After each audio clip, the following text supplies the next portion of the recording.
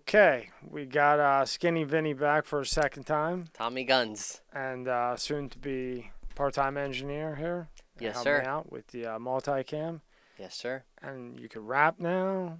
You're Oh, doing all kinds of stuff. We'll stop get into it. that later. Yeah, we just play around a little bit. Yeah, But play around. see, I didn't even know it was you until the end. I started just messing around in my buddy's garage back in the day. He was like into rapping. He was from Brooklyn, New York, and he moved right down the street from me. And he used to play this little, stereo in the car, and he would just play all these instrumentals and all this crazy shit. And I was like, I can't rap. And then I just started messing around with him, and he started coaching me a little bit. Actually, now he's doing a lot of rap battles, and he's doing really good. He just won some type of And tournament. who is this? My buddy Vinny G. His name's Vinny too. Vinny G. Shout Yeah. out to Vinny G. Vinny G, my boy. Yeah. He's doing rap battles. He's doing insanely good. He's destroying his competition because his punchlines are like, And is that what got you into it? yeah, because he was just so clever with it. I was like, damn, I know if I can just put my intellectual a little bit with this, I can do this shit too. And then I actually just started incorporating my life, into it. Even though it's not the same as, other people's lifestyle, right? Yeah. But I have lived that type of, You've been in that environment. been in that You've been in an environment. environment, so you've experienced it. So you have something to say that has legitimacy behind it. I do. There's a lot of opinions in the music industry, Well, right? there always is, right? Like, I think somebody's the best. So other people don't think they're the best. So it's an opinion-based thing. I just do it for fun, Yeah. just to mess around. But, Well, my publicist is meeting with Alex Jones right now, so hopefully he pulls that off. big name. Yeah. Big name in the interview And, game. yep. He's somebody I followed for a long time. He's obviously really good with Joe Rogan, everybody else. So Yeah. hopefully we get him in here and it'll be a good interview. Really good. So now, what did you want to tell me on the last one that we never got to? There was a bunch of stuff Yeah. that we didn't get to, Well, and yeah, we wanted to save it for you to come back because that one was more. I was just throwing it back that if you didn't watch the first one with Skinny Vinny, you should watch it. It's very good. Basically, just a quick rundown. hmm He had a federal agent following him for 3 years. no, about 11 months. Okay, my time's totally fucking A off. little Okay, bit. he had a federal agent following him. Yeah. Didn't you say that he actually did cocaine when you were out Well, with him? the informant befriended me. Right. I was just a regular customer at first in the exotic rental car thing. I just had a lot of money. I was young, didn't know what to do with it. Just wanted to, mess around 24/7. So, yeah, like I said in the last interview, I started with the limos, and then it just became the exotic cars, and It then escalated. he was the owner of the company. The undercover? Well, he's not an undercover, he's an informant. The Okay. difference, right? An undercover is actually somebody that's working with the agency. He's just somebody, whatever, that is trying to get out of his situation, whatever that situation is. Whatever happened to him before me, I have no idea. But, yeah, that's what happened. And he befriended me, and whatever happened to his other driver, he probably got Who got- knows, right? he got them in a jam too. So after that, I became his driver. So after all Now the you became the informant's driver or the agent? informant, no, the informant's driver. Okay, the informant's driver. Okay. Yeah, the informant's driver. So, like I said in the last one, we were pulling up to all these music videos and all these celebrity houses, dropping them off cars and all this. When they travel, they want to ride in luxury. They don't want to be, going to Enterprise or anywhere public to, get the vehicles they need to transport around Miami. And what would you say? I didn't ask you this before. What was the top 5 celebrities that you rented cars to? Like most well known. What would you say the top 3? Well, actually, it was actually almost like a subpar of the top celebrities, right? Like, some of the biggest celebrities I've seen, we rented to their manager. Like Chris Brown's manager, we rented the car to him, and he was in Florida, right? Filming the Fetty Wap, August Alsina, Chris Brown video Gold Slugs. with DJ Khaled. Yeah, Yeah, yeah. DJ Khaled wasn't there though, but the video was at Finger Licking, which is yeah, a huge place in Miami Gardens in that area. So we rented the car to him. Scott Disick, I just said hello to because he was at the restaurant with Fat Joe and you know the guy, yeah. right? And And now, is the guy the informant or yes, so we're not at the agent part. the agent part was a one brief discussion. That's it. Yeah, It was somebody that he brought in that said that he could do this and he could do that, and just you got fucked. yeah, I was fucked either way. Yeah, right. Let's just Yeah, leave it at that. you were already fucked by the time The he's. agent Yeah, coming in and trying to slap a new charge on me was just added, right? Yeah. I was going down no matter what. You know, this is the part I didn't say in the last interview. I was actually on the way to California, and I had like 20 grand in my backpack, you know, and I was on my way over there, and before I even put my ID in the kiosk to print my ticket to get on the flight, I had like 5 Broward Sheriff County, officers come up to me and one DEA guy. And they came up to me and they're like, "Are you Vincent Banner?" And I was like, "Yeah, you know." And they're like, "All right, well, we need to check your bag." What am I going to say, right? Am I going to say no? And where's this at? Where do they want to check your bag? This is at the Fort Lauderdale airport. Okay. So I'm like, "Yeah, go ahead. Whatever, check my bag." So they check my bag. They see like 19 grand in there. And they're like, you can't fly with 19 grand, right? So they see the money in your bag. They see that much money in your bag. So Yeah. they searched your check-on bag. So I only had a backpack Yeah. because my flight was only for, I think it was only 2 days, maybe 3 days. I was actually going out there for, to actually, conduct business, to check on something that was supposed to come to Florida. And see, the reason why they knew is because I was on the phone. The informant and I weren't that good to the point where I was telling him all my business, but we were in the car together 24/7, right? It's like if we're going to pick up a car from another customer or, we're just together all the time. So if I'm on the phone, I don't think he's listening, but he's listening every second, everything, trying to. Well, he's building a case. Yeah, he right? looked at me to be an easy target, and that was something that I wasn't really aware of because, like I said in the last interview, it's just not something I expected. Right. Well, it was a bad situation, and what I got stuck on was the fact that the cars were fucking wired. Obviously, Chris Brown is not going to go to I mean, he's too big to go. He's not going to go pick up the car. He's going to send somebody to go do it. So is these other guys. And the whole time, these fucking cars are wired. Now, what I didn't ask you in the other one was when Chris Brown or Scott Disick or, whoever it may be, Drake, they rent the car, they get it. It's wired.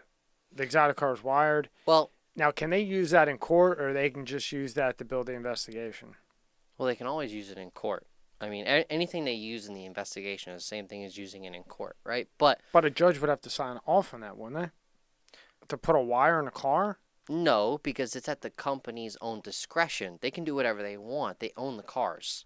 If they want to have the thing wired to the teeth, they can do whatever they want, right? Is it an invasion of privacy? Of course, but that would just be you saying, I don't want to rent from a company that has all these insane microphones and all these insane tracking devices in a vehicle.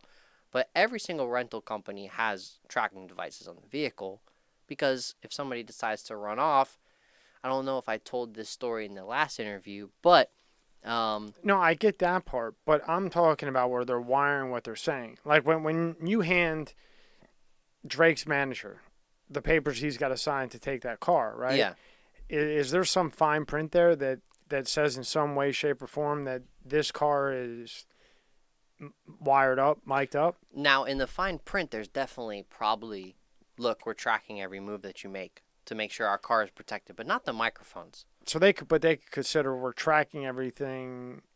Could they use that in court as like, well, yeah, it's mic'd up, and it's right here we're tracking? See, I'm trying to figure out when you go to court and they have a car wired, but no warrant from a judge, how can that be usable in court to prosecute? I don't see how it can be. So the only way it's usable to be prosecuted is if he's an informant, right? And they know what he's doing. So let's say Drake flies in from, Toronto to Miami, okay? He's going to pick a specific company or whoever he goes with to rent the vehicle to drive around in, right? It's not going to be like, he picks specifically my company, my company I was working for, the boss was an informant, right? He's not going to necessarily pick them. But if he does, it's a bad mistake because everything Drake says or does or whatever is now recorded and, Yeah, I won't beat you in the head with it. I'll let it go, and we'll get on to the other thing. But I still don't understand. If not every company right, is doing this microphone. It's right. It's better to say that some of the companies that are renting exotic cars are wired up. Obviously, they're tracking them for good reason for anybody. Well, let me tell you this. But what I don't understand is how can that possibly be used in court? No judge ordered that wire. Now, even if the car company hands it over, it's an informant, okay? Mm-hmm. But how can that's entrapment? I mean, a lawyer could beat the fuck out of that in court. Yeah, so let's talk about that for a second, okay? So they had a lot of, discussions of me in the vehicles going on, right? Are they necessarily going to bring it up in court? Maybe not, because like you said, the judge didn't order it. Right? So it's almost to the point where it's like, we're messing with a gray line here, right? We know what he's up to because we're listening to it. So let's just find out another way to get to him because we know for a fact, because we heard him say it out of his own mouth, that he's doing this. So are they necessarily going to bring up those documents and recordings in the court? Probably not, right? But now it's for a fact that the informant is not lying and that the feds know, oh, shit, this is him. You gave him the Lamborghini for 2 weeks to drive around in his neighborhood. He's going to this house, that house, doing this, doing that, picking up weed, doing this, doing that. So they know for a fact that I'm doing it. So now they just have to do a little bit of, diligent work to get the information they need to be presentable in court. Right, that's kind of how I looked at it. Whereas the wire they could never bring up in court because, in my opinion, the whole case would be the whole case would be thrown out immediately. Mm-hmm. And I don't care what it is. If a U.S. attorney brought that up in court, the case would be dismissed because it's illegal. However, they could use that to build their investigation. So they know what you're doing. They're not going to even the court doesn't even know that they did it, and it probably doesn't even come out on the discovery. Because they don't have to put that on the discovery they're not going to use it. It's just a building block to prosecute you. That is a one-on-one, building tool. Right. Between informant and an agent. Yeah. Right? Because most informants are only assigned to like one agent. Yeah. That is like all right, let's, do this and do that. And so I know for a fact that you're telling the truth and all this. And, look, we already went over in the last interview that these are the type of people that rent these vehicles. Yeah. It's either the, very wealthy trying to travel around, or it's the people that are, trying to look very wealthy and, so.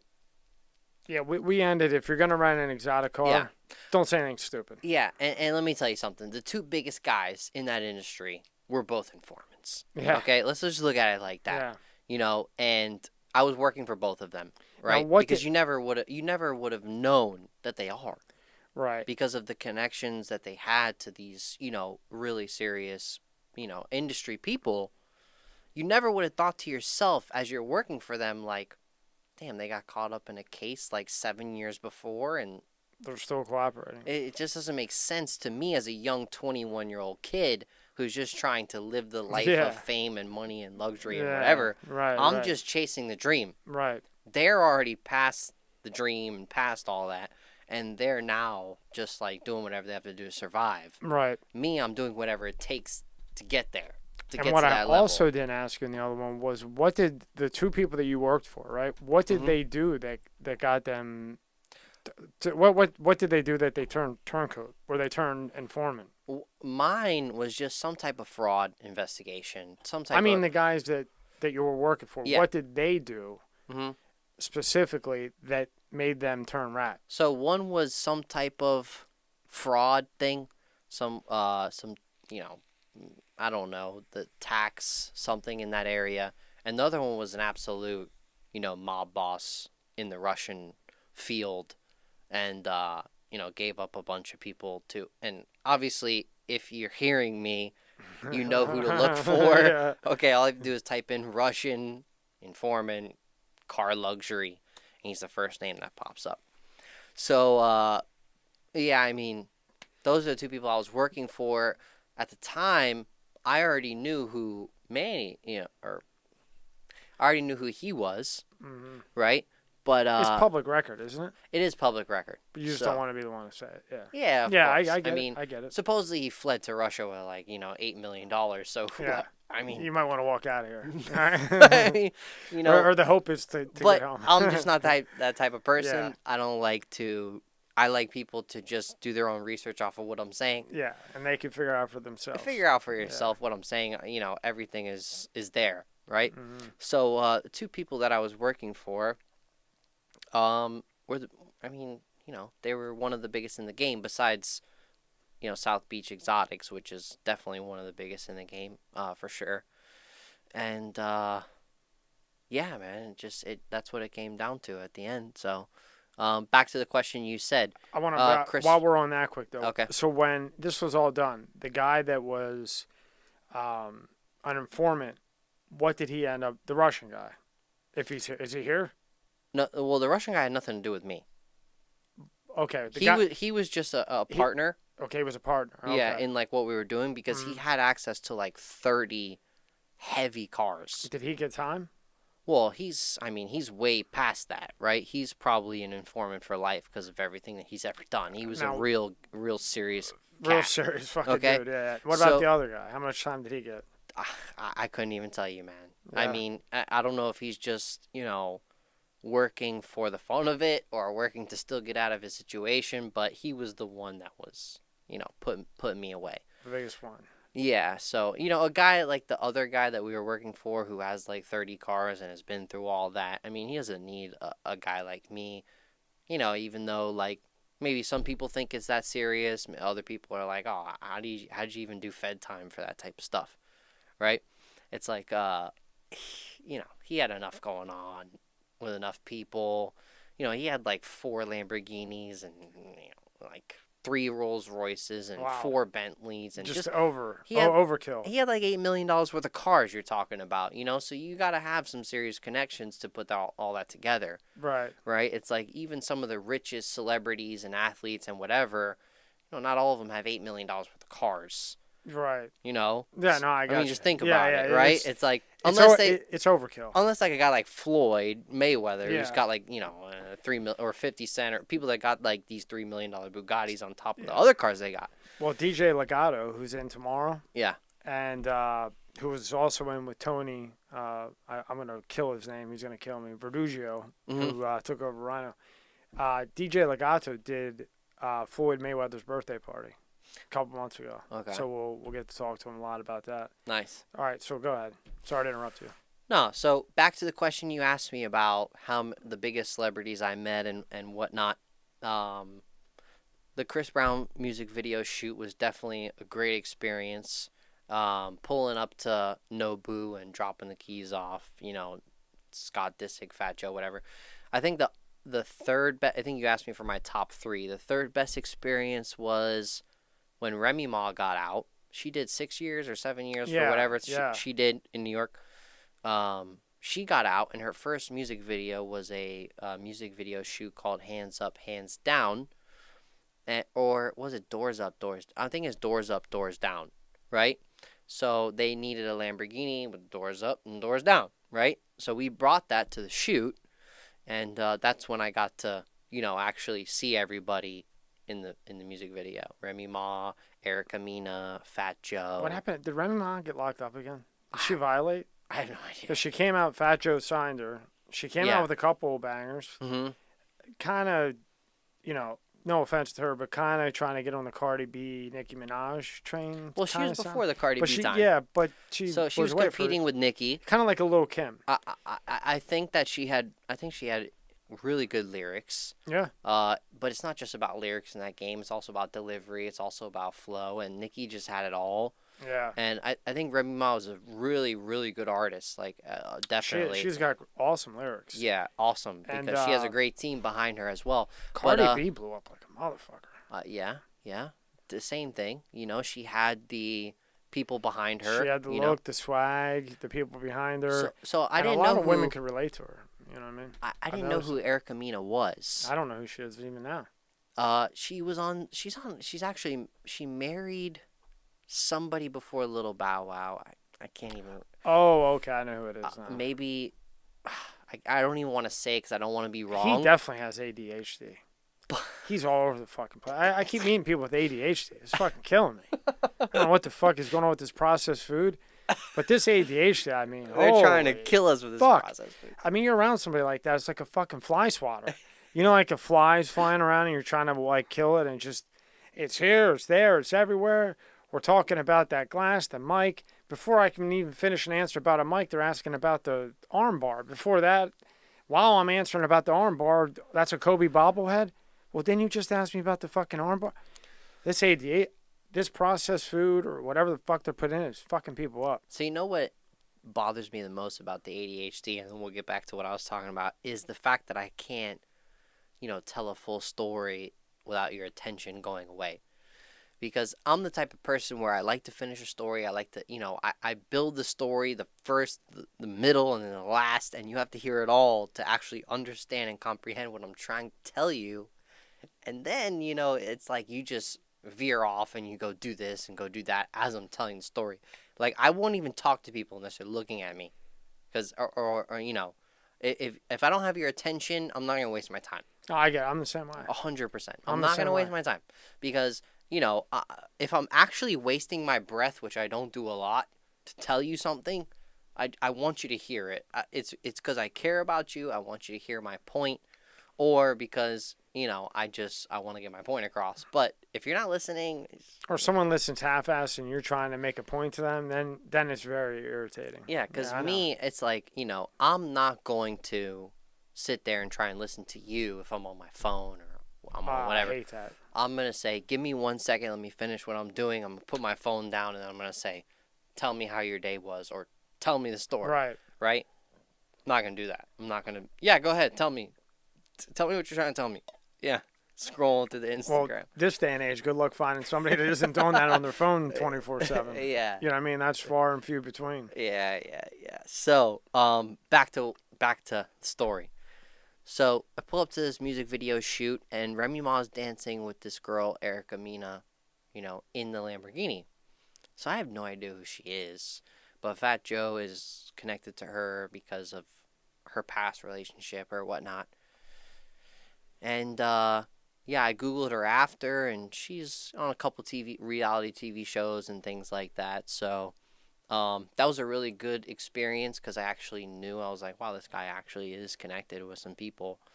And I think I said this in the last interview, but the informant was actually really good friends with Fat Joe in the prison. Really? That's how they met.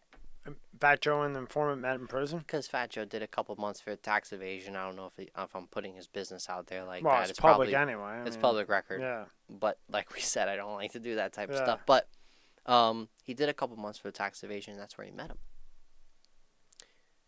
After I got out, or even during when I was doing the time, I reached out to a third-party person who I won't say his name because he's a very connected person. I was like, hey, man, look, warn Fat Joe and warn whoever else that this guy is no good. Yeah. Okay? I'm here about to face 5 years for some weed shit because of him. So let him know that he's no good and this is a guy you got to be careful of and blah, blah, blah, blah, blah. And Did the message ever get to him? I don't know, man. I just haven't talked to these people since.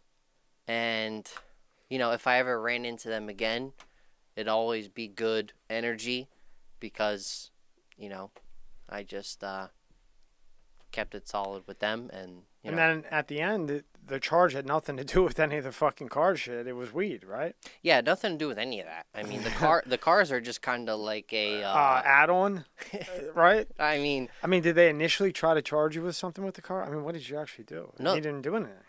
well, I guess you did some things. I was doing shit, okay? Yeah. Did they have, actual 100% proof? No. A lot of the, charges that were filed against me were mostly on conspiracy and me talking, right? Like you and I discussed earlier, the phones are not your friend. A lot of these, anything digital is really not your friend because it's coming back to you in the end. So a lot of stuff was just there for them, just on a silver platter. Because I wasn't using my brain thinking I just didn't think like that at that age, at that time. But when the initial indictment came down, it was the marijuana. Mm-hmm. And did they have, they come down and hit you with 10 things, and Yeah. then 9 of the 10 fall off, and then you go in? They hit me with something else. It was threats of violence against somebody because of one phone call that was saying, hey, this kid owes me some money. I need to get it. I want to take care of it, blah, blah, blah. I won't go into huge detail about it. But they hit me with another charge off of one phone call. With the terroristic threat? Not terroristic. It was a little less than that. Yeah. It's just just something to add on to get you to play. Yeah, trying to rob somebody, but it wasn't even like that. I was just trying to get what I was owed, and that's part of the game, though, okay? Right. If you're a black market marijuana person, which, a lot of people in these states are, well, at that time, in 2015, 2014, when before half of it was even legal, now a lot of it's legal. Yeah, it was like that. A lot of people, there was so much marijuana coming into the states that you can't ever, have that much capital to invest into it and be able to supply the people that you have.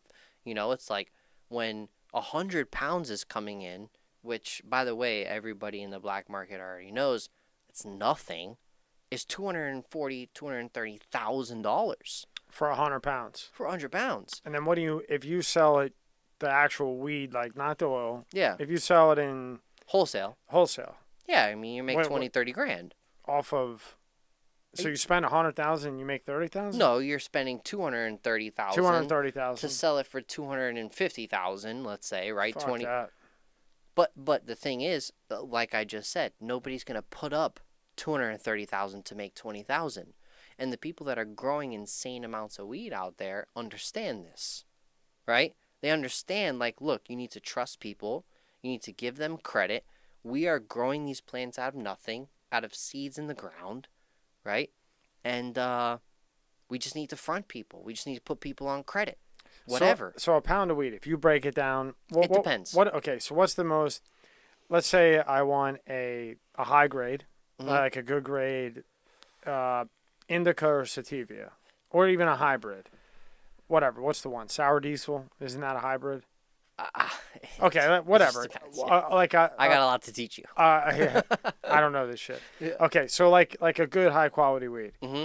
What's the most common size that people buy? Do they buy a dime bag or like a eighth, a quarter? If you have a pound of weed and you break it down, how would you break that down? So it depends on the neighborhood, right? It depends on the class of living, right?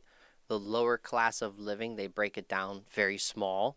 So you're in middle class. But they actually make more money. Okay, right? okay. So middle class, you're buying anywhere from $25 to $100 for a personal guy. Okay. Personal smoker. Now, the game has changed a lot over the 9 years I've been doing it, right? Or 10 years I've been doing it. It's changed a lot. In the beginning, prices were very high for regular stuff, right? Pretty good indoor. It was always indoor until the later career in my life, I never even knew what light depths really were and outdoors really were until the end of my career. I was always an indoor guy, right? Like, as in indoor growing, outdoor Yes. growing. Yes. Okay, so if you have a pound of weed, Mhm. it's indica, good shit, and you sell it by the ounce. Mhm. Now, how much do you pay for 1 pound? Well, tell me what year you're talking about because it's Well, all changed. okay, let's say, do you know now? Yeah. Okay, so like, what is a pound right now? Um, the highest grade. Like a high grade. Doesn't have to So be like so killer. so super high grade right now is going anywhere from like 31 to 3600 a pound. Okay, and then how much would you sell an ounce of that for? Uh, Just average. to be honest, it's difficult for me to say now because it's been so long, but I would think like 300 for an ounce, Okay, let right? me rephrase this better. Which is When you were doing it okay. and you were selling a pound of weed at your time, Mhm. and you decided I'm going to sell it in ounces and half ounces, Mhm. on average, what would be the profit? Well, what did you pay for the pound back then? Okay, so I haven't sold an ounce since I was like 15, but I'll do it just so people can understand. I was paying about 2,400 for like really really exclusive indoor stuff, right? And you're selling an ounce for about $250 Okay, and bringing $4,000 back on the pound, right? so you spend $2,500. Yep. You make $6,500. No. You're bringing 4,000 back in total, so you're making about 1,500 per pound. Fuck that. I never do that fucking shit. Well, you have to understand, okay? People have such a large influx of inventory that you don't need to pay for it up front. That's what a Yeah, lot of people didn't understand. Now times are way different. Nobody has money. Everybody's been damaged by the right. coronavirus. Yeah, Back then, it's like, oh shit, we got 1,000 pounds. Like, let's just flood everybody, and their cousin, and try to have everybody push it and move it. That's what it was. Like I said in the last interview, it went from me fronting out and putting on credit about $6,000 to $10,000 worth of stuff. Overnight, I'm putting out $60,000 in credit because I have so much. I don't know what to do with it anymore. right. Right? So now, what's the difference between indoor and outdoor? Break that down, because I have no idea. Well, outdoors growing outside. Well, I know that fucking Okay. part, but I mean, Well, the part you probably don't understand is the Yeah. light depths, okay, yeah, which I went over a little bit in the last one. It starts outside and it comes inside. Let's just call it like half indoor. To just keep it simple, right? It's half indoor. It starts outdoor, finishes indoor. And that's how you. But it's cheaper to grow because you can start a ton of them outside and then bring them in to finish, right? And you can almost plan your grow room a little bit more efficiently, right? And the marijuana, when it comes out, it looks like indoor if you do it right, right? It's very close to indoor. So yeah, so that's how it goes. that's how it goes. Yeah, So we were getting light depths for a really good number, and we were selling them close to indoor numbers where people would think that they were indoor, but they weren't. And we did the whole process that I said in the last interview, yeah, to make a killing. Well, I did. And yeah, and that's how it fucking went. that's how it went. So things didn't end too well, obviously, Yeah, in the long run. All the money that you make is just temporary unless you actually know what to do with it. And at that time, I think I'm 22. It's like a year before my indictment came. I got indicted at 23. And like one of my really good friends came up to me and was like, "Hey, I'm really good at landscaping. I want to start a landscaping company." And I just went out and bought a shit ton of equipment. I was like, "Here, bro, start a landscaping company and give me 50%." yeah, And he got no business, did nothing, and just ran off all the equipment. So I was like, "All right, whatever." My other best friend came to me and was like, "Hey, I want to start a commercial fishing company. I need, a couple grand for this boat." So me, just like, I was like, "Here's a couple grand. Fucking get the boat. Give me 50%." yeah, Right? And my other buddy, who's actually very successful to this day. He's doing his thing out there in California. Shout out to my boy Stuckies. We invested in this race car, all right, because he went to the school of Hennessy. Hennessy is a huge performance and tuning school, right? And they make these cars like absolutely insanely fast. Like, never seen anything like it before. I'm pretty sure they've actually built the fastest car in the world. People also think that it's Bugatti and all this, but they do project cars to where they make these things like jet speed. I can't think of the car right now, the name of it, but people know. If they do the research, they'll know what I'm talking about. Just Google Hennessy's fastest car, and you'll see. Is it faster than the Tesla? It's the fastest thing out there. Faster than 1.6 to 60? Well, because they're not street legal. Oh, they're not street legal. No. Okay. No, Yeah, I mean, yeah. well, I don't know, 1.6. How do you beat 1.6? well, actually, you're right. This That- was a that couple fucking years roadster ago. is So that's electric, bro. 1.6 Whoa. to be street legal is like absolutely absurd. Well, the only But- guy who could do it is Musk, probably. He's the only one who could put a fucking rocket up and have it come back and reuse it, right? I mean, shit. The guy's crazy, man. He's on a whole nother fucking level, this fucking guy. But him, my last endeavor, we invested in this race car. We spent about $7,000 on it, but it was a 1991 Camaro SS, right? But the engine alone was like 14 grand. So we knew this was the car to come up on, because not only if we could build this thing and, you know, rebuild it, fix it, whatever needed to be done, street racing is a huge thing in Texas and other states, right? But especially because he went to the school of Hennessy, so the street racing was huge in Texas. And him and I bought this car, and we couldn't, you know, he's really good, right, at what he does, but he just couldn't figure this shit out. He couldn't know how to fix it. He didn't know how to, you know, tune the little things to get it together. So it's just three ventures, me as a 22-year-old kid just throwing money around, not knowing what to do with it, just failing at everything, right? So it was like... But I've always said, and even the heavy hitters, you have to fail to win. You know. You know, somebody said a quote, man. I don't even know if I remember exactly how it went, but you know, you have to fail constantly, you know, to understand that all life is, success is just tweaking those failures to perfection. There's no way that you get to success without failing 1,000 times and understanding what you did wrong. Yeah. Right? Life is not like that.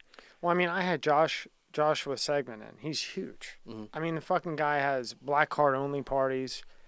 He's got franchise listings, real estate listings. Nothing. I don't think I saw one thing in the real estate part under $1 million. The franchises, there was some that were a couple $100,000, but then there was some that were millions, right? And the guy, he won an award, like he was in the millionaire club of Florida for selling shit, brokerage. I mean, just a monster. And he came in totally down to earth, smart as a whip, reminded me of like a mentor that you want to be around, like a guy you want to be around and learn from. Right. And, you know, he failed 100 gazillion times and then learned, you know, his method of a team and network. And if you don't have a good team, you're done for. It's not going to work. And then we had Josim, I always fuck up his name, Borgen. Mm-hmm. And this kid's 29 years old. He's from Sweden. He has, I don't think he'll mind me saying this now. It's already out.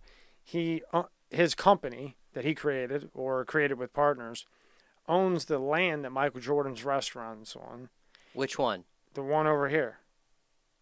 In Jupiter. Okay, so... That's Josim. No, it's called Index Realty, I believe. So my buddy's grandfather is actually partners with Michael Jordan in that restaurant. It's called 1000 North. Yeah, and it's very, you know, it's a very small world when you really look at it, right? It's like you would never know that somebody that I've came across in my lifetime, right, just like who smokes weed and doing this and doing what, you know, his grandfather, you know, his partners with Jordan. Well, not just partners; they're like really, really close. Like they also did some golf ventures and other things. So it's like you meet, especially growing up in the type of community that I did. You know, anytime you're in that environment and in that world is dangerous, right? It's definitely more dangerous in other places than it is in Jupiter, where I grew up, Yeah. right? But to get back to it, I mean, my best friend was murdered, and then our connect was murdered. So it's like, it can get to that level, especially because, not only because, you know, the neighborhood is better, right? There's more money being transferred through there. So when there's more money being transferred through there, guess what? People get a little more shit. I mean, Yeah. you know, to us, 100 pounds and 250 grand line of credit was nothing. Mm-hmm. To somebody else, that's like, holy shit, these guys are getting 100 pounds. Like, this is absurd, right? Yeah. So it's a very different mind state, that we had to. Did we lose confidence a lot? Of course, we got too comfortable, and some kids that thought 20 grand was a life changer for them, we thought was nothing. We would give to them, and they would just run off and never come back. But it's like, to us, it's like, Fuck you. Right? So what I was saying is, you have to fail multiple times to succeed.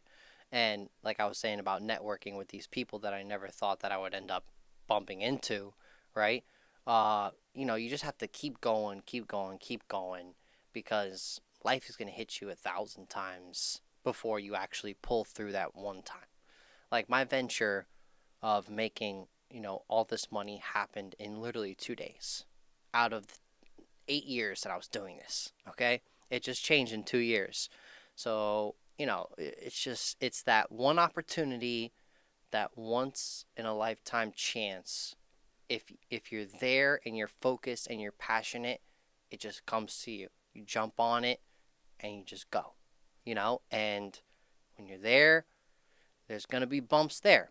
In the beginning, when I was like, you know what, I can make a ton of money doing this. Is it right? I don't know, right?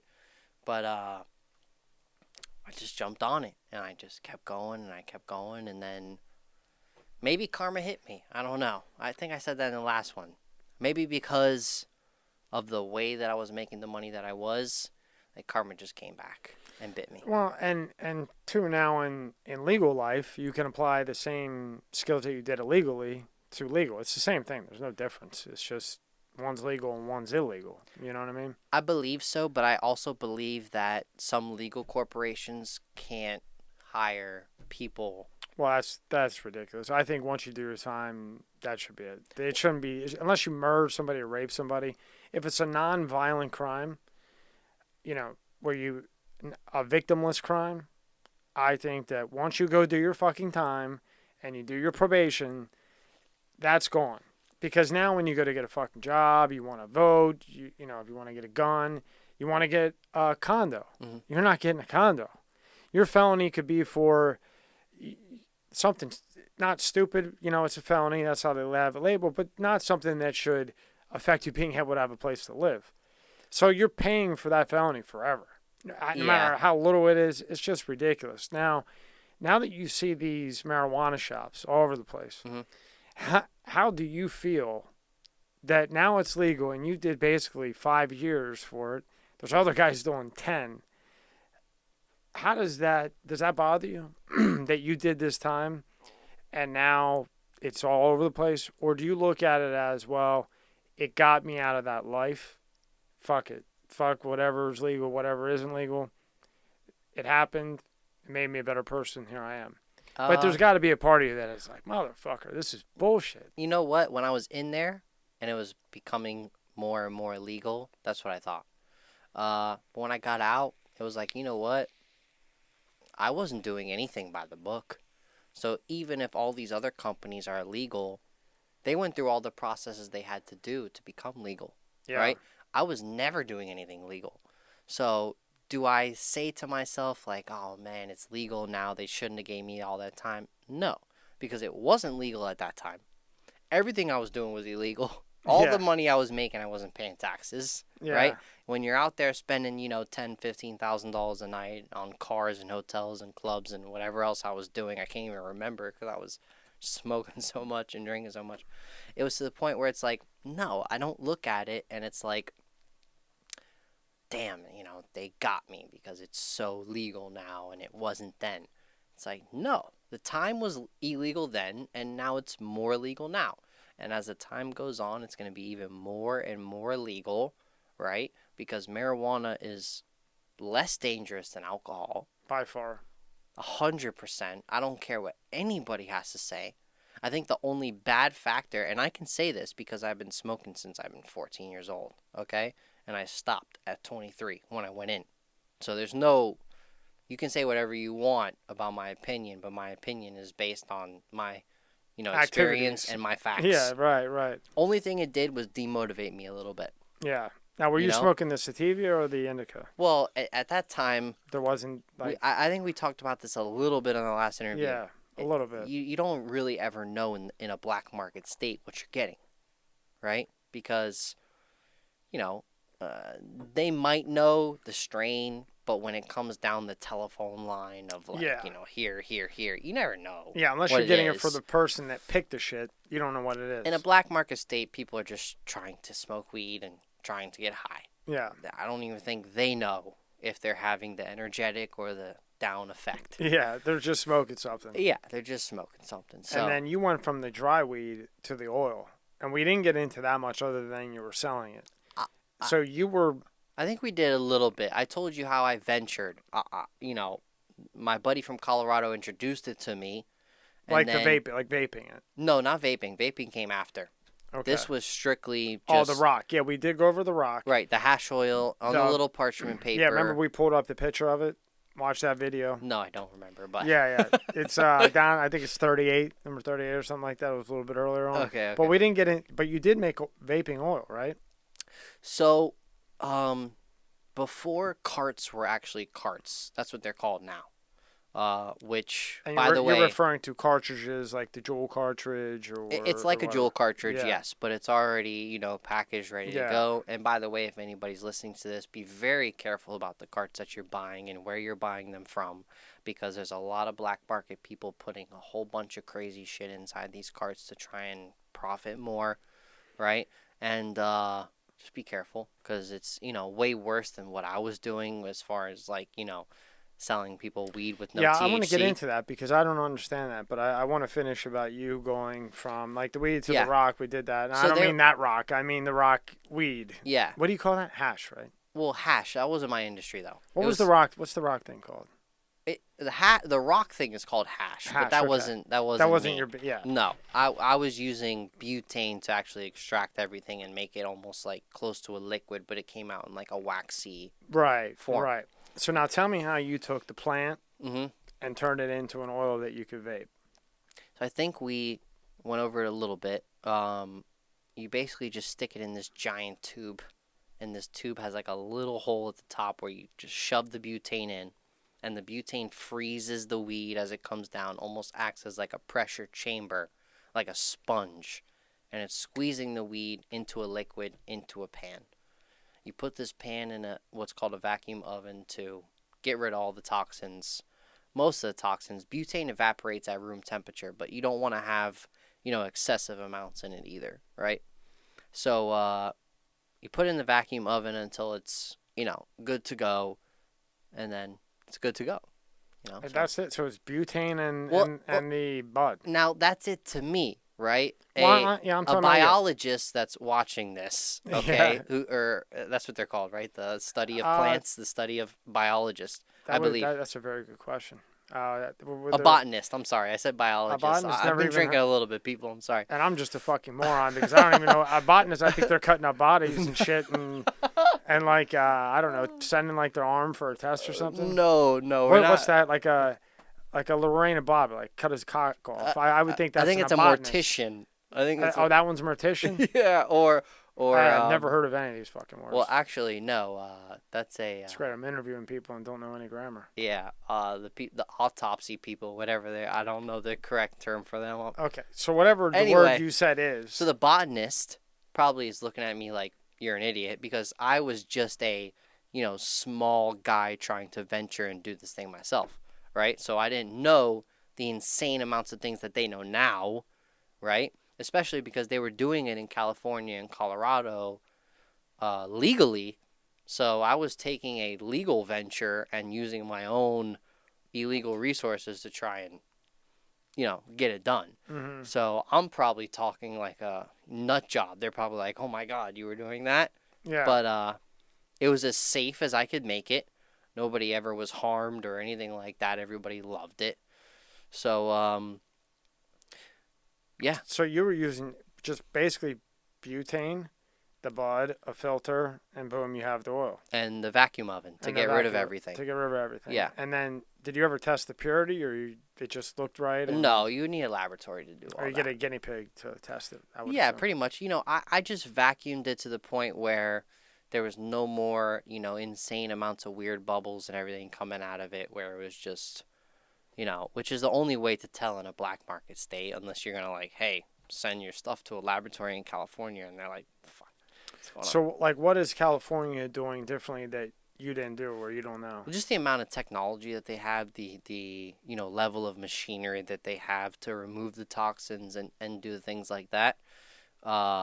It's just way above anything. But now Florida is a legal state medically, so now they're venturing into that type of stuff. So they're mimicking everything these guys have already been doing for. In Cali, Yeah. Colorado, I think, is it Idaho that made everything legal? Mushrooms? I think it's and everything Oregon. else? Oregon. Yeah. Yeah. Oregon. They made everything. I Yeah. think. Right? Did they Yeah. make heroin legal? I think everything. Or they just Just they decriminalized. it. Yeah, not illegal. I mean, El Chapo can't run the streets of Oregon Right. and just say, hey. But I think you can walk into a dispensary and get mushrooms. I think you can do that.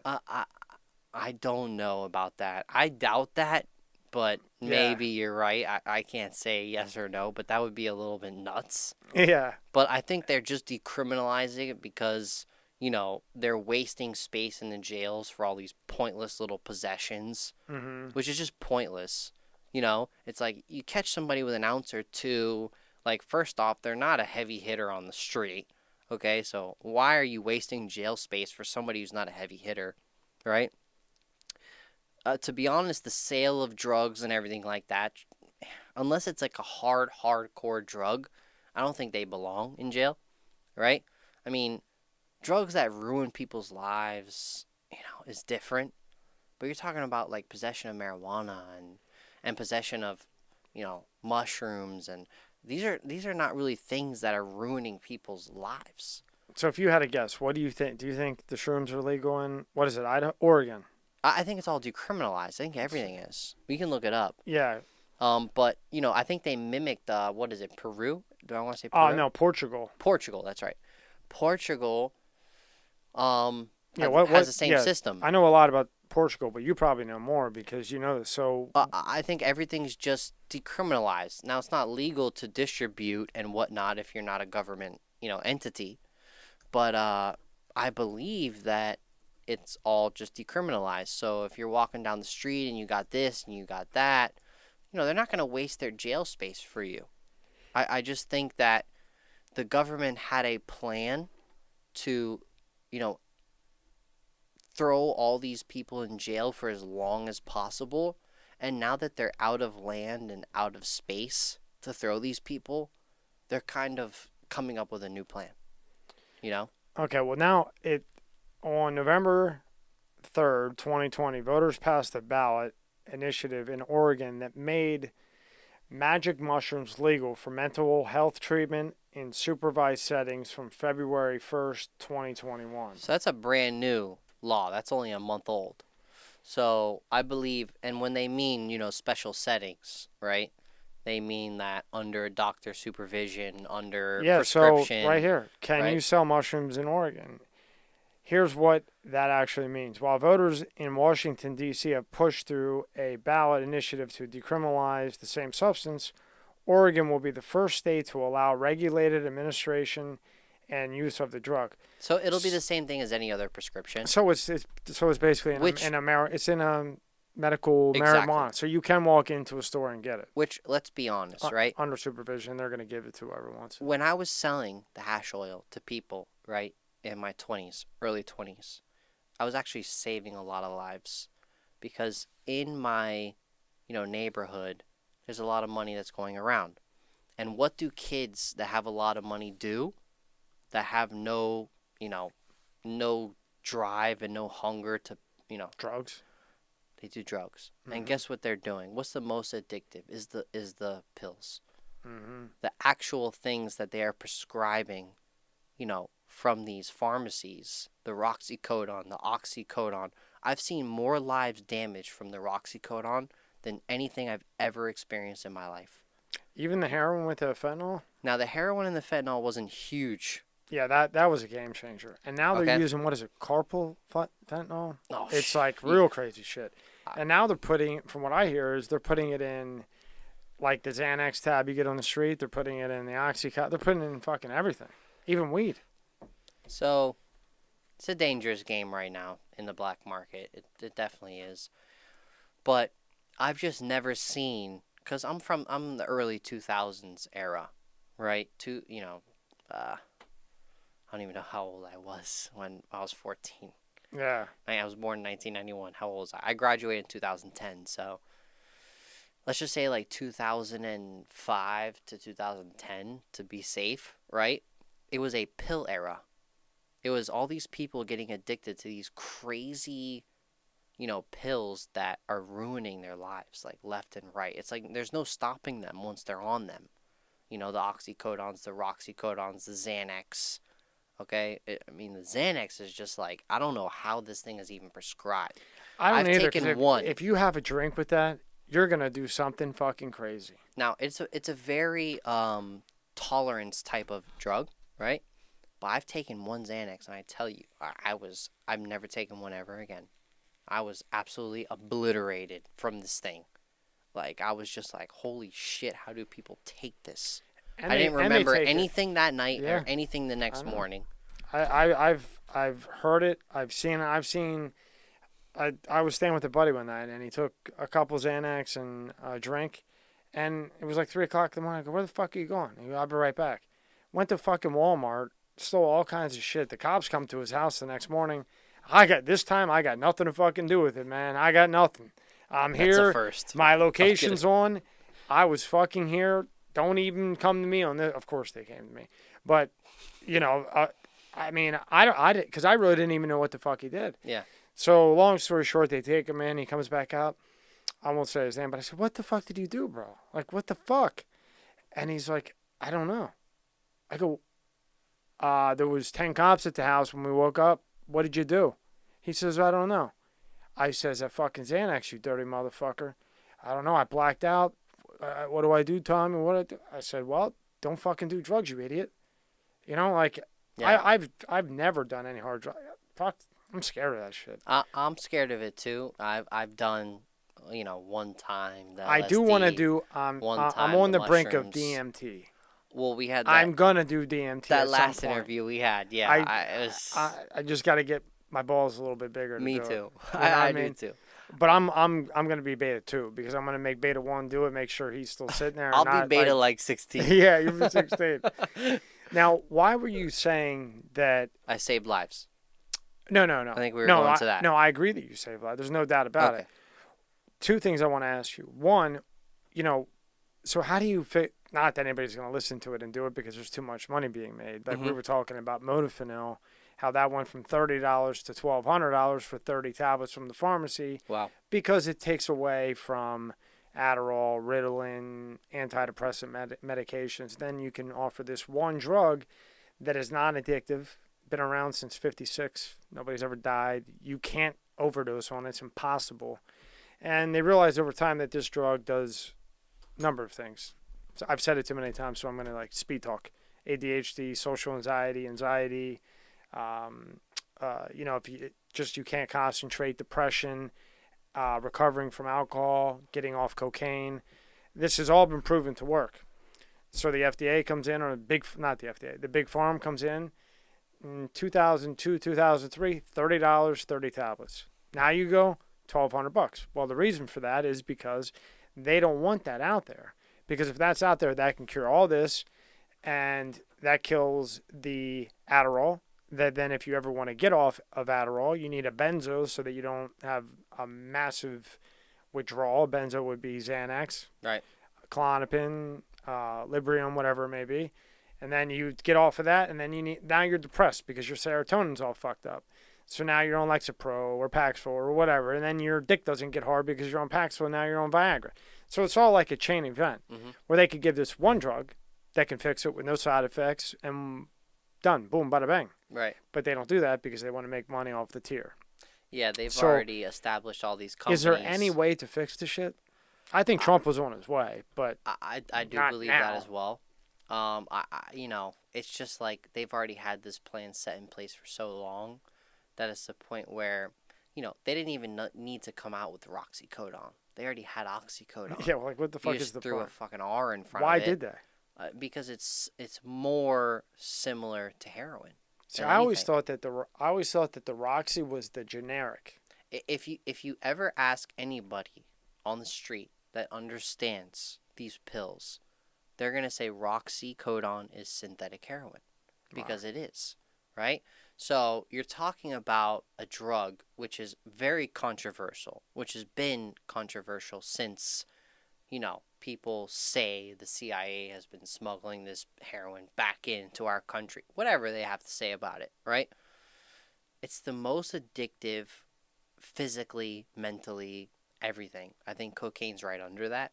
But, you know, you got this oxycodone, which I have firsthand experience, not myself, but somebody very close to me. I don't want to get into it, but they got in a bad car accident, and doctor prescribed them that. And guess what? Now they can never fucking stop. You know, and it's just sad because it doesn't need to be that. You know, if the doctor prescribed them medical marijuana, okay, not only is it safer, but it does almost the same pain relieving as these oxycodones. Maybe not exactly the same. I'm not a scientist, I'm not a doctor, I don't know. But just my first-hand experience, I know it does relieve a lot of pain. And when I said I saved a lot of lives, there was a lot of kids that were addicted to these pills that were trying to get off, desperately trying to get out of the remedy of, you know, because they were even smoking the pills, right? So why smoke the pills when you can just smoke a shitload of hash oil and feel almost the same way, you know, which is 10 times safer. I actually had a kid who thanked me with his life. He's like, you know, and he actually won a $20 million lawsuit when he was like 8 years old. Okay, so this dude was filthy rich, had enough money to spend on whatever he wanted, right? No parents, no nothing. And all he did was buy hash oil. And he was like, dude, I've been trying to get off these pills forever, and this hash oil is the best thing that ever happened to me, blah, blah, blah, blah. And he thanked me in tears, you know, and that almost shifted my motivation, like, all right, I'm doing the right thing, right? Even though it's illegal in the federal eyes, you know, God doesn't create the federal law. You know what I mean? The soul and the happiness of a human being is so much different than the federal laws that are in place. You know, I believe laws are in place to try and guide people to do the right thing, but a lot of people have been fighters of certain laws that eventually have been overturned because, you know. Well, and my concern is that I think half of the situation is for the good, and then the other half is for control. And as time goes on, it starts to become more and more and more about the control. Now, I know you're on like a time limit here, but I want to get into what you said earlier about how these medical marijuana dispensaries aren't safe.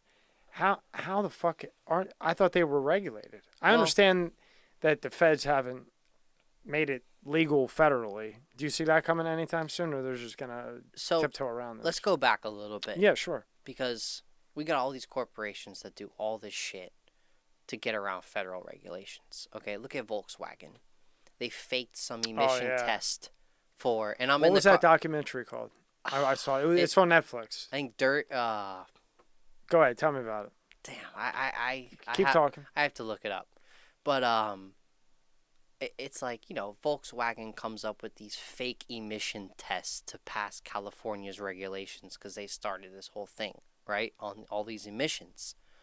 So, you know, if Volkswagen, who's a multi-billion-dollar company, is doing these things to surpass the regulations, what do you think a average medical marijuana company that is breaking ground on a new industry is going to do, trying to start up something that is going to last for a long time. And I'm not saying all medical marijuana companies are bad. Not all it's dirty money. Yeah, dirty money. Dirty right. money. Dirty money. Right. That's the one, right? Yeah. About the Volkswagen, emissions test. Yeah. So, if these type of companies who are already insanely successful are doing whatever it takes to get by, right? Other companies are going to do it too. And, the medical marijuana industry, it's all about production.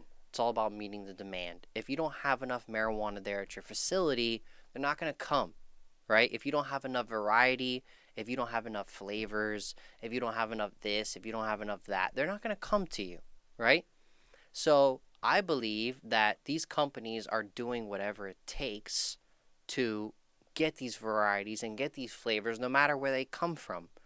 And what's scary about that is that if you don't know where they're really coming from, right, or you're just buying it because it's there, it doesn't pass all the tests that you actually need for them to pass, then what? I mean, look, Yeah, here it is, right? This is the one, Dirty Money. Mm-hmm.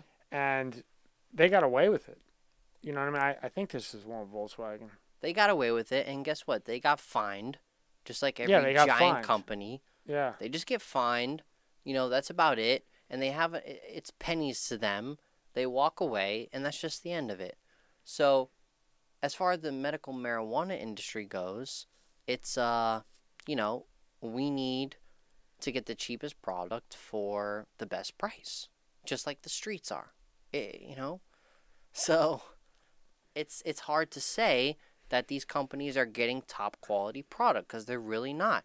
It's so much of a difference than my friend out in California I mentioned earlier, who's actually in the basement talking to his plants, playing reggae music to his plants, like things like that, who's going to produce so much of a better quality product than these guys who are on this commercial level pumping out all this stuff.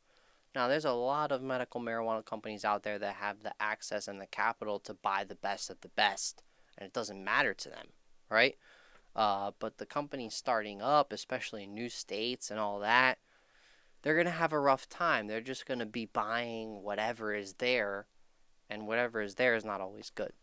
So when you go into a medical marijuana joint, Mm-hmm. right, you go in, you have a card, you have post-traumatic stress syndrome. Yeah. You go get sativa, you go for the daytime to get you through the day, sativa. Mm-hmm. You get the indica to put you to bed. Mm-hmm.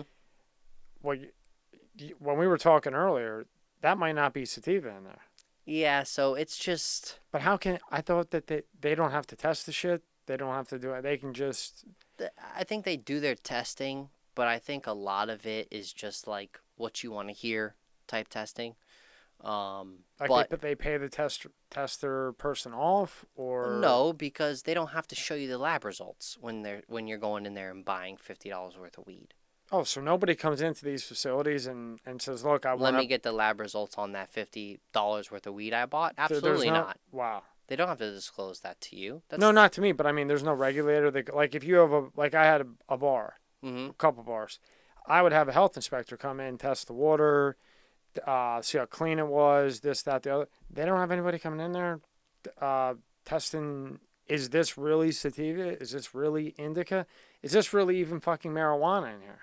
To be honest, I'm not in the industry. I know a good amount about it. I don't know those exact details, but I would think that there's some type of regulation where they have to send every single lab result of every strain that they get, but whether or not they disclose it to you, right? No, well, they put whatever they want on the package, but I'm thinking more. Probably not, because let me explain why. Because I've been seeing nothing but moldy weed coming out of these dispensaries, right? The first thing I would check for is the mold. That's like number one, because that's the only thing you can really see with your eyes, right? Okay, so for those people that have it legally, if you're buying leaf, is that what you call it, or bud, dry bud? Yeah, bud, yeah. You look for mold. Definitely mold. How would you explain that? Well, you have to break the bud open in the middle, because mold starts from the inside out. Okay. So you got to break it open. I don't know if they allow you to do that. I don't have my medical marijuana card. I've never entered a My dispensary friend in my doesn't. They life. don't. They don't even let you touch the package. Okay, so it's already right there, right? It's Yeah. like you buy it and you're pretty much screwed anyway, Right. right? So it's like if you break open this bud and you see brown tints and, just signs of mold, it's number one that the bud's not grown right or it's old, right? Number two is that a lot of the things you can't see, you need a microscope to see.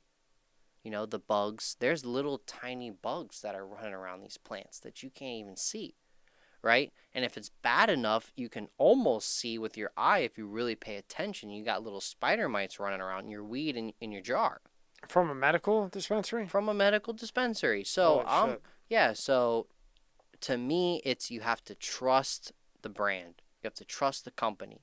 You have to trust that they have enough funds and enough capital to go to whatever vendor that they want and buy the best of the best to put it in there. Especially if they're charging you top dollar, which they are. So now that like Florida here is open, are there a lot of are they franchised? So Mad Men And True Leaf, yeah. and True Leaf, are they in Colorado and California and here, or are they just a local that you know of? I don't know. I believe so. I don't want to say for certain because I don't know if they're there. But if they are, uh, the locals know the best place to go, Right. right? It's not like the locals don't know. Like, look, we know the owners, right? They've started from the ground up. They were our friends of friends of friends who And you know started how they this, act and they go about right? things. It's like my cousin's friend's boyfriend or whatever, okay, started this dispensary. We know where he's getting the product from. We know. So the locals have no issue shopping at the best dispensary. It's the tourists you really have to worry about that are buying, running into these dispensaries but in states like California and Colorado who are more established in the industry, right? It's a little less, I believe, risky for them, to walk into a dispensary and get garbage as opposed to uh, new states starting up that are just like figuring the industry out. Now, okay, so we know what to look for with the dry. Can you buy bud here in Florida? With a medical marijuana You card. can buy actually weed that you can roll up. Of course, it wasn't Oh, like that in the beginning though. okay. Now on the cartridge, like you're vaping your gun over there. What is it to? I know I have my pussy jewel. I know that was going to be the next thing I Throw knew. that thing out. Now, because you have made like the vaping oil, Mm-hmm. is there any way to look at that to see if it's shit? Well, I didn't specifically make the vaping oil. I made hash oil that was capable of being put into a certain type of vape pen, Gotcha.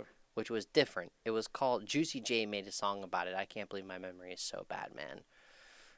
Something.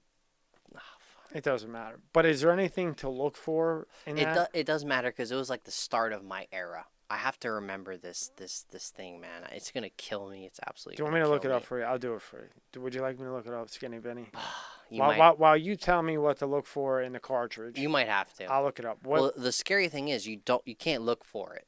Because Okay. you can't see it in the cartridge, The right? chemicals that they're using it's basically cutting the hash oil with is the danger to the people, and that's why they're getting sick, and that's why you saw the epidemic of these people getting sick from these carts is because I didn't even know that. yeah, From the marijuana carts? yeah, there's an epidemic Here? of vapes everywhere, the whole country, of people getting sick because they're cutting it with, vitamin E or things that you're not supposed to be putting in there, right?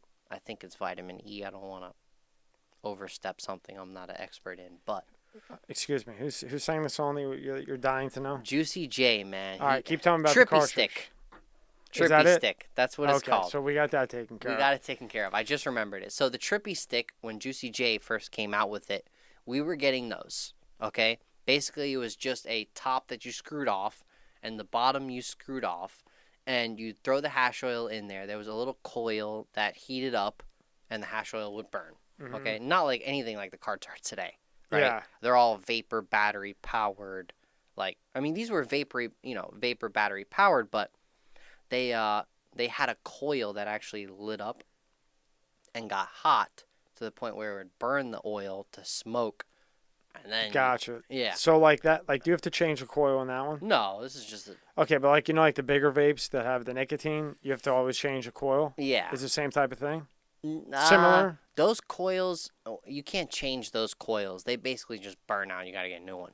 Yeah, right. They didn't make them right. to the Like point when where I you had could my change the store, coil. when I had my stores, the big thing was UL. I think was a big one at the time, Hmm. and a couple. It was I forget, but you would whenever you would buy the battery, and then the top would screw on. Yeah. Always get a pack of coils because they burn out. And Yeah. You got to change them. But same thing. It heats up the oil, and then that's why. But Yeah. in principle, I guess it's the same. So I was actually introduced to that by a friend. I had no idea what it was, Mm-hmm. right? And he was like, "This is the best way."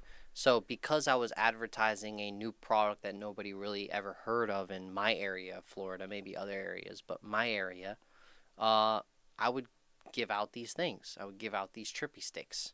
I forgot the company that actually made them, but Juicy J just started calling them trippy sticks, right? And then it got its name. And then it got his name, and I was like, hey, I have the oil with the trippy stick, So that's what even blew it up even more. But, yeah, so to kind of close it out, right, of the way that, are you Googling it? Trippy stick? There it is. First thing that pops up, Juicy J. So what song was that? Oh, yeah, I think he invested in it, actually.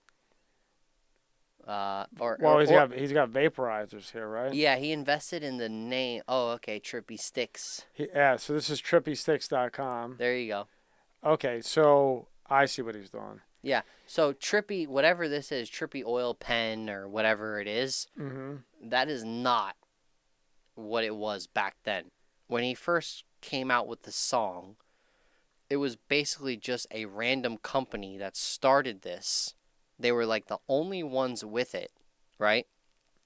And you could put hash oil into it and smoke it anywhere. Right. And Juicy J was actually part of the movement that started vaping and smoking anywhere at any time. Now, look up on the screen here. What is the difference between this here? That's just a refillable pod that goes into it. So there's no difference between this one. Yeah. I mean, say that was filled. Say you went to the marijuana dispensary and it was filled. Uh-huh. Because I've seen them like this filled, and it's a different type of pen on it, like this. So the difference is... And then I've seen these. Yeah. So the difference is, whatever this company is, the Trippy Sticks, yeah, they're just coming out with a mimic of Juul to where you can actually keep the pen, but you just refill the oil instead of throwing out the whole pen and going and get a whole nother pen. Right, but what I'm saying is, like, when you go into the marijuana dispensary, they have this kind, and then they have this kind that you would screw on top, but there would actually be marijuana oil in it. Now, you're just paying for the pen. My friend had told me, who goes in all the time, that this one is stronger than the ones like this. Well, so if you look here, like, that's usually filled with marijuana oil, and then the tip goes on. He was telling me that this is one thing, and that these here, again, not empty where you can refill and fill, these here that then go into this type of stick, you get more for your buck and more bang for your buck. Would you agree with that? Well, the thing is, it's like, you never know what kind of oil's going in there. You got to trust the company, like I said before. Yeah. You got to 100% trust the company that they're doing the right thing. Yeah. That they're putting the right oil in there. If you trust them, that's great. Go ahead. But, you never know what you're getting. It doesn't matter the pen. The pen doesn't matter. I can get a $1,000 pen and a $10 cartridge that plugs into the thing. If the oil's no good, the oil's no good. Right? And if my pen is compatible with any other dispensary's pod, if you want to call it, then, it is what it is. But to go back a little bit, so the hash oil for me changed the whole game of what I was in. And by the end of it, I went to prison, Had a little vacation. I went to prison for a while, which I think you asked me earlier if it made me a better person or, by the whole thing, legalization and everything like that. it was good for me to step back, because I feel like I was going down a path of unhealthiness. It wasn't even about maybe it was about the lifestyle as well, but the unhealthiness was, Just unhealthy. yeah, just Yeah. smoking all the time, working all the time, eating once a day, on the road, 24/7. It's just like you have to understand that your priorities are going to be there no matter what. If you don't put them into place, then they're going to come back and bite you in the ass. You know what I mean? Yeah. And a lot of my priorities were all out of whack because I was making all this money every week and never really saved a lot of it and, did certain things with the money that a 21-year-old idiot would do. And then, just like not being dedicated to a certain type of plan, a certain type of life schedule. So, was it a good thing for me to step back? Of course. Did I step back the very hard way? I definitely did. Right? Just sitting down, forced to be in this 4x4, whatever, how big it is, 16x4 wall for 4 years. I mean, yeah, it was tough. But, I don't necessarily knock the fact that it became legal. I feel like I stood for something. I feel like because I was in the industry before everybody else and I pushed the movement of hash oil and, medical marijuana, I feel like I stood for something. Maybe like a little bit of an innovator in this area. Definitely a pioneer. Yeah, a pioneer in the area. South Florida. Yeah, in South Florida. A lot of people didn't know about it. What bothers me is the people that are still in, doing 10 years. Because, federally, it's a Schedule 1. That's... It always will be. You don't think they'll change it? No. Because then they always have that upper hand, right? Like they we always said, got that leverage. It's always about Control. A business. Yeah. It's always about, You're right. They're trying to do the cheapest thing and get the most profit out of it. It's the same thing. So if they can lock somebody up for whatever, the possession thing needs to go. Yeah. As far as federally. All the way around the board. You get caught with a couple ounces or whatever, you're not a heavy hitter. Okay, if you get caught with 100 pounds, it's a different story. You're supplying the city with that. I'm just shocked that the feds are allowing the state to make all this money, and they, just like when there's a case, the state does all the work, all the investigation, and then when one thing is like on that line where it could go federal, they wait till the state and the county does all the work, then they just pop up and take the fucking case, and they have to hand all the work all over to them. You know what I mean? Well, don't forget the state is the little work dog, right. And the feds are. But I'm surprised that they're allowing the state to make this kind of money and they're not stepping in. But they are stepping in because they're collecting all the taxes now. Yeah, they're starting to now. But then on the other end, they might be making more money on the bus, so they want to, because if they make it legal, then they can't run up in states that, because really the feds could run up here and fuck anybody that has it if they wanted to. They can. They usually don't. Unless they're, if they're abiding by all the guidelines, not, But they could if they wanted to. They can. If you have an ounce of weed, they could come charge you with a Schedule 1 substance if they wanted to. Right. Because federally it's a 1. I believe if the taxes that they pay outweigh, like what they could steal from you, which I say that No, very... I don't think that they would do that. I'm just saying that they could if they wanted to. If the taxes that they pay match up to what they can actually raid you for and take you for, I believe that they'll just continue. They look at it as a long-term game too, right? Yeah. If this company's going to pay me $50,000 or $100,000, I'm just speaking random numbers, in taxes every year, it's going to be better for us to just not raid them and take $1 million worth of stuff when 20 years we can take, I 100% disagree with that. Really? Yeah. 100%. You think they just want the million and run and just shut you down? They want the conviction to go on their portfolio. They got enough convictions. They want your assets. They want your bank account. They want all of it. They want all of it. Yeah. So, and I know for a fact that that's not true. So I completely, and with all due respect, disagree with you. And if they decide that they want you, they don't care about your measly 50 fucking grand you're paying every quarter because you're making $4 or $5 million a year. And that's true. That doesn't work. If they decide, they only have so many feds. Mm-hmm. If they don't like something you're doing, they'll come in a second and bury it. And the taxes mean nothing. The FBI agent which would be the DEA agent in that type of investigation Mm-hmm. that you know, the Well, IRS is a separate entity of the feds. You're talking about DEA, not well, IRS. well, let's not forget FBI. Just to correct you, I don't. Yeah. FBI can do a drug, and I had no DEA on my case. My DEA actually shifted to the FBI Well, after a certain amount of time. For whatever reason but it the was, FBI I don't has know. a lot of branches. Right, they had So the I guarantee you that you were dealing with DEA agents. There's no way you weren't. It's impossible you weren't. maybe in the beginning, Maybe. but whoever took over my case at the end, it was actually called HIDTA. It's called High Intensity Drug Trafficking Task Force Right. Agency, HIDFA. Never even heard of that one. Yeah, Yeah. that's who ended up grabbing That me. might be the level above the DEA. So maybe you're right. You weren't fucking with the DEA. You were above them with the amount of shit that you But were the guy doing. that stopped me at the airport, I Yeah. don't even think. Do we subtract off that? I'll get to that really quick. Yeah, yeah. We didn't even go I was in into the that. airport. Yeah, I you went up, never told me about the money, and that, you didn't tell me about that on Yeah. the other one either. we veered off somehow. Yeah. But the 20 grand they took out of, they took in my backpack. Go through what happened real quick, and then we'll get to one more thing with the medical dispensaries, and I'll get you out of here. Yeah, and then So give me beginning time with the. walked into the airport, went up to the kiosk, put my ID, printed my ticket. As soon as I grabbed my ticket out of the thing, they said, "Hey, are you, Vincent Van or whatever?" I said, "Yes." They said, "Okay, we need to search your bag." I said, "Why?" And they're like, "We need to." So I said, "Okay." So they searched it. They found the 20 grand, In right? the carry-on. In just a backpack on my back. I was only going for 3 days. Did you put it through the thing yet? Well, no. You don't need to put anything through the thing. Yeah, I wasn't even in the security phase yet. I was just printing my ticket. Oh, you're just at the fucking kiosk. I'm at the front door of the airport.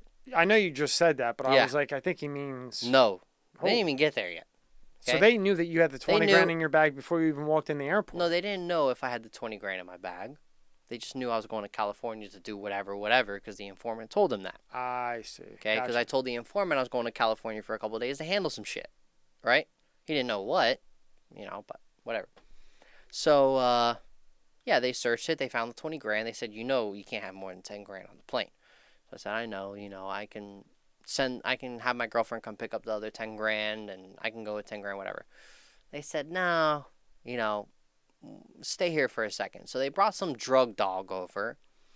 And they're like, you know what? We've had a tip that we're using this for illegal activity. You're using this money for illegal activity, blah, blah, blah. Why are you going to California for 3 days? I made up some bullshit that I'm going to stay with a cousin. And they're like, okay, well, why do you have 20 grand? I said, well, we're going to the strip club and we're going to all types of stuff and whatever, And they're like, okay, put your cousin on the phone. So I said, no, I'm not doing it. I don't care. Whatever you're saying right now, I'm not putting my cousin on the phone. Which I didn't have a cousin to even put on the phone, right? Right.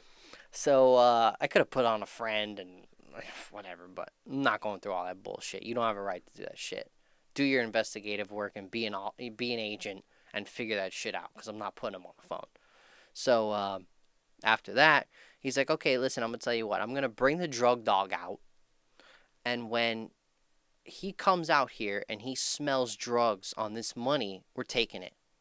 So the craziest part is I actually just watched Cocaine Cowboys like 3 days before this trip, okay?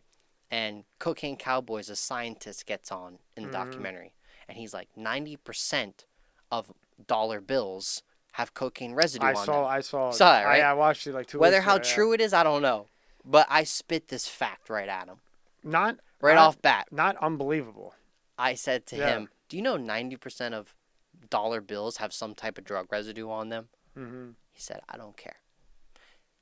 So I said, okay, no problem. After that, I was being very respectful and cooperative in the beginning.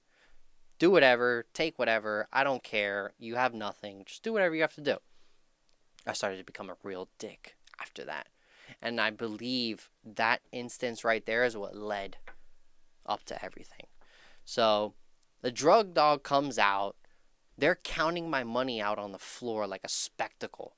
I had this airport security woman come up to me after, and she's like, how much money was that?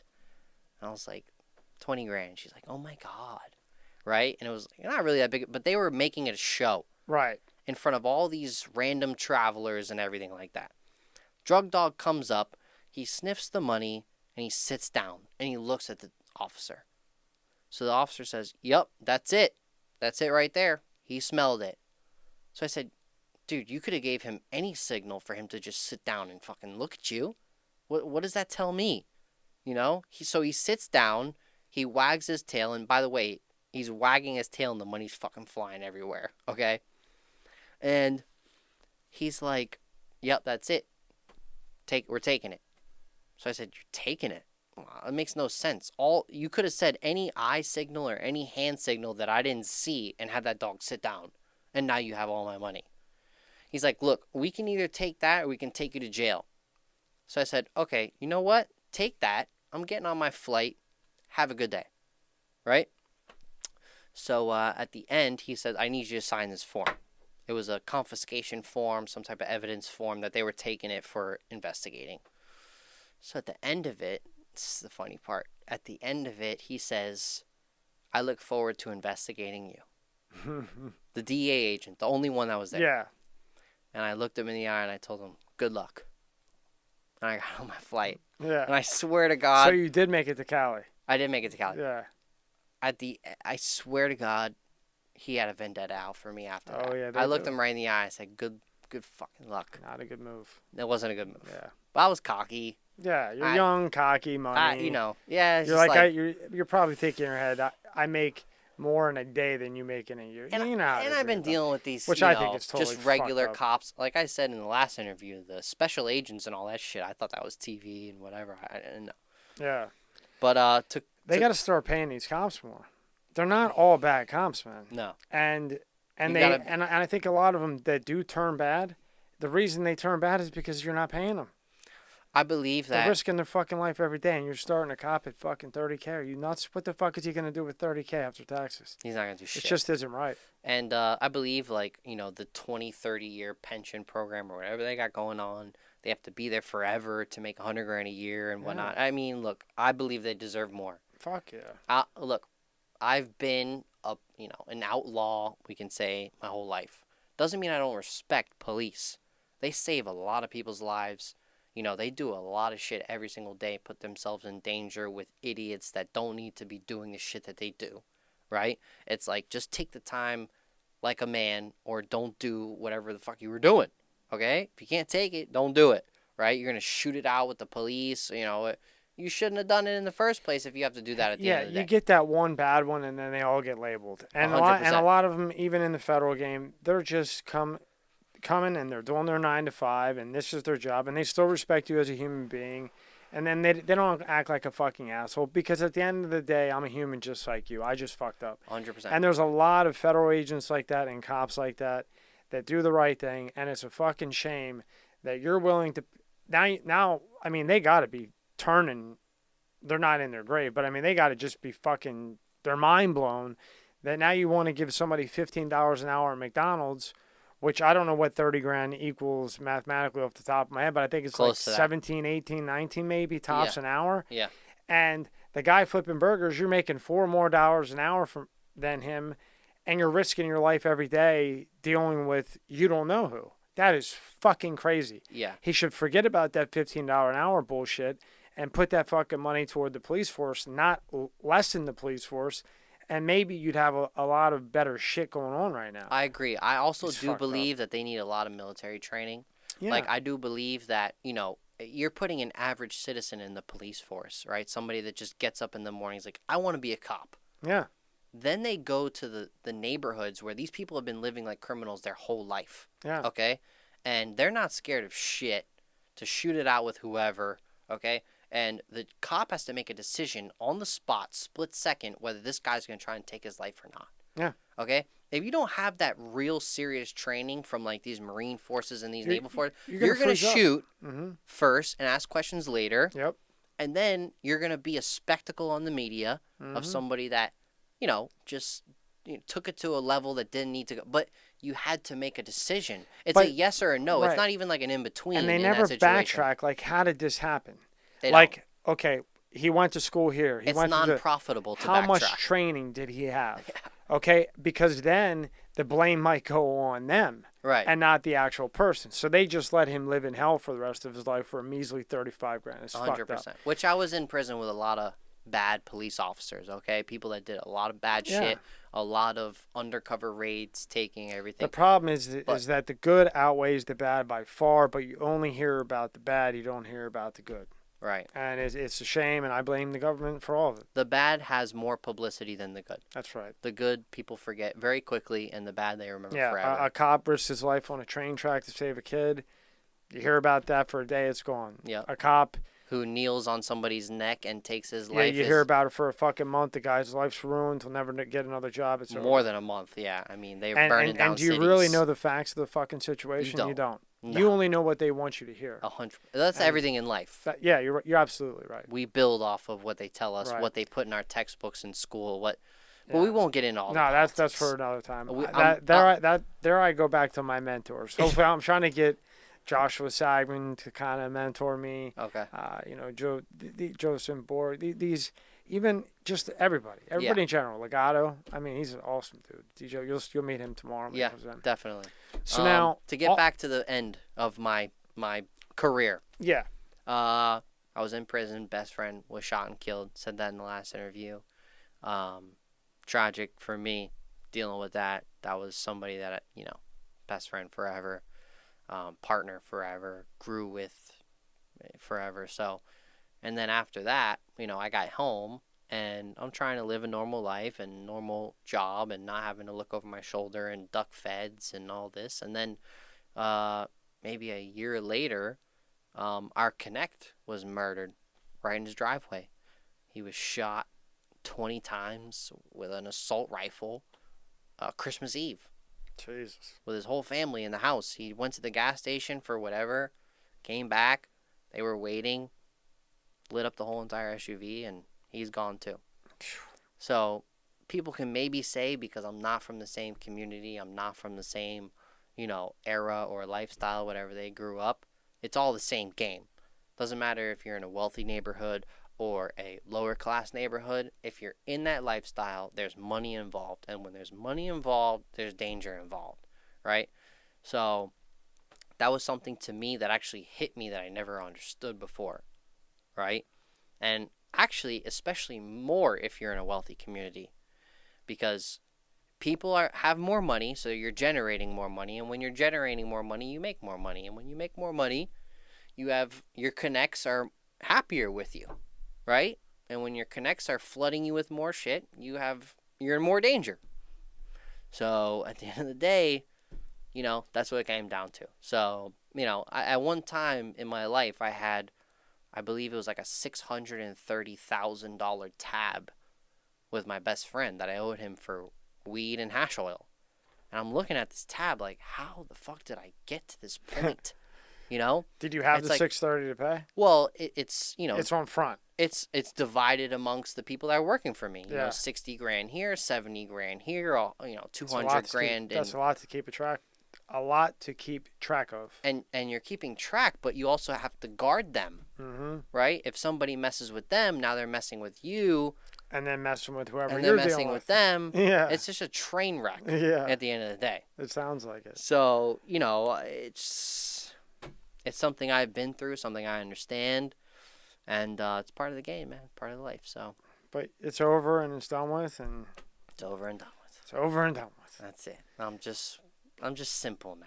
Yeah. I've already had, but whatever. You live the life, you live the high life. Now you got to find something you love, Yeah. and then do it. Fail, Till you and then get it. eventually it will click. Yep. Yep. But Or something you've never even thought would click eventually clicks. that's usually what clicks. It's usually the one, like, you'll think of something, you'll develop it, you'll put money into it that you saved, it'll fail.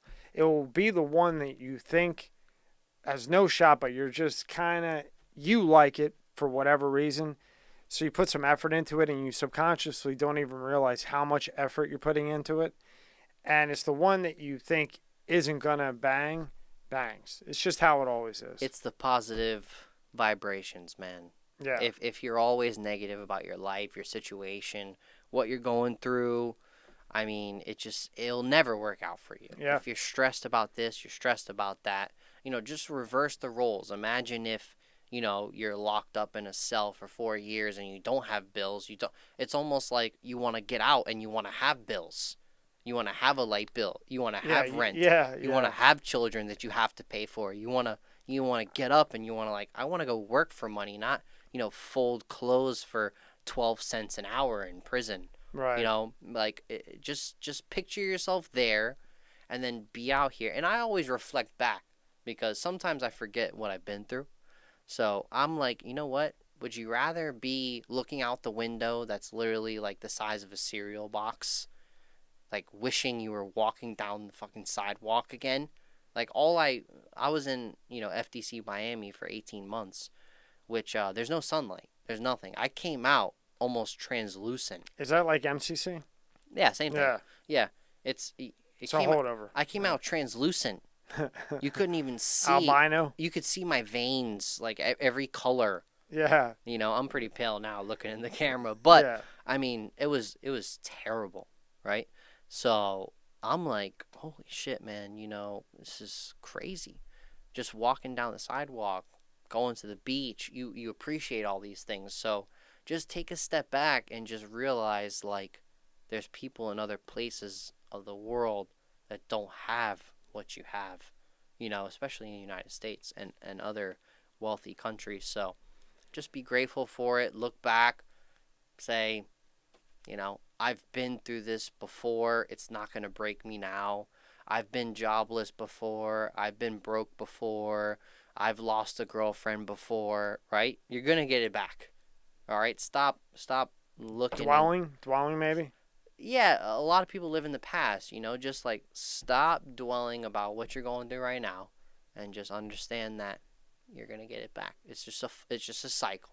It's just a circle. And I think a lot of the problem is, one, there's no rehabilitation in jail. That's a joke. And two, I think a lot of people get out and, like you said, like you want to write that check for a bill because you're in that little box. But within 2 months, you forget about that. 100%. And it's impressive to see you sitting here and that you reflect back to that. You have to. Even now. Because if you don't, you're going to go right back. Because there is no rehabilitation. So you're going to come out that first bill, feels good. But 2 months go by, now you got bills. Yeah. Now you got a girl that you can't take to dinner. Mm-hmm. And if you don't reflect back, you're going to go right back to what you were doing quicker than shit. And you got to change the people around you and everything else. Look, you can hate writing. After 2 months, you'll love, like, oh, man, I'm paying my first electric bill. Like, oh, in 5 years because I'm free now and blah, blah, blah. You'll hate paying that electric bill. But as you're writing that check, just remember that you did anything, you would do anything to get out and write that bill. As far as the rules of the street go. Yeah, in other words, if you're not on your tiptoes when you're back in there, you're going to be thinking, fuck, I should have reflected more than I have. You'll do anything to get that girlfriend and have that, love and affection and whatever. You'll do anything. So when you have it now, just cherish it. You know what Josh said to me was content. Content is the killer. Yeah, don't. And Tony, who was just in here. Big shout out to Tony. What a wonderful man he is. And I've never that is one of the most caring men I've ever met. Tony Vergio. I fucked up his name. He was in here with Legato. Yeah. One of the softest, nicest men, caring men I ever met. And what he does is he goes around and fixes up nightclubs. So not knowing him or talking to him prior, I thought completely different. Right. And you know what his drive is to do it? What? To see people happy. Because you got to think, when you go to even a strip club or a regular club, everybody's drinking, they're high, they're happy. Believe it or not, and I believe him. I mean, you could sit across from him, I believe him. He truly is involved in that because that's the type of scene where people are happy, and he likes to see people happy. Now, before I let you get out of here, you were saying that these medical dispensaries, not to trust them, and that I've always heard here from different people coming in, people that the medical marijuana has really helped, that True Leave, is that how I say it? How the fuck you say it? It's just got a bad True Leave. Yeah. I've just heard it's got a bad reputation. I can't really talk that much. I've just heard a lot of bad things coming out of there. That they're not testing their stuff? Yeah, just a lot of people complaining about the product that's actually coming out of there. True Leave, you're more than willing to come in and talk about it if you want to, but... Rebuttal with me. Yeah, I mean... But you know, look, it's about stop comparing your life to everybody else's life. The Instagram and the social media is a huge factor on that. We won't dig that deep into it because you know we gotta run. But don't stop comparing your lifestyle to everybody else's lifestyle. Find Right. out what you're happy with. You know, if you're happy with that brand new Toyota Camry 2021, yeah, whatever. You don't have to be that guy that needs the S550 2021. If that's the car you want, go the car you want.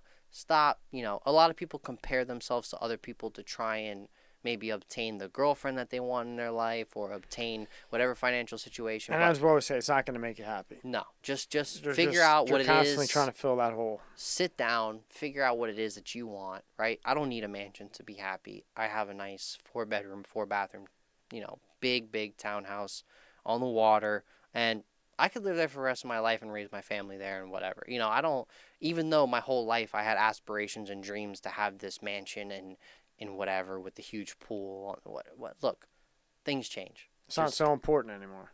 Just you know, figure out what you want, what you need. That's it. Yeah. And to this here, now, see, I see that they're getting rocked here. Toxic culture, job security, great culture, hot mess, top to bottom, lackluster, all this shit here.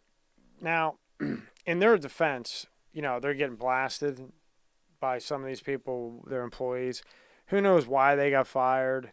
Who knows what the exact situation was? Looks like their salary, I don't know, that's some other bullshit. But, you know, they're giving them 1.8 on here. Yeah, but so my comments are not really that far off. They're not far off, but the question I have to that 1.8, because I'm in the market, because my main thing is marketing. So I look at this shit and what they're saying and whatever the reviews are. How do you know that that's not the competition saying this shit? You know, if I'm the competition, why? I mean, this is what happens online. I mean, I deal with it every day in the marketing industry. The competition will get 30 guys with different IP addresses and do this shit. So, in their defense, who knows if it's real? It's just a word on the street that could have been put out there by another company. Who knows? So, who knows? You never know. Right. And here's Mr. Vinny's. Skinny Vinny. Skinny Vinny. His Instagram, it's exotic _. Exotic 2_ logic. That'll be in the description. There's Mr. Handsome. What the fuck sir. is this?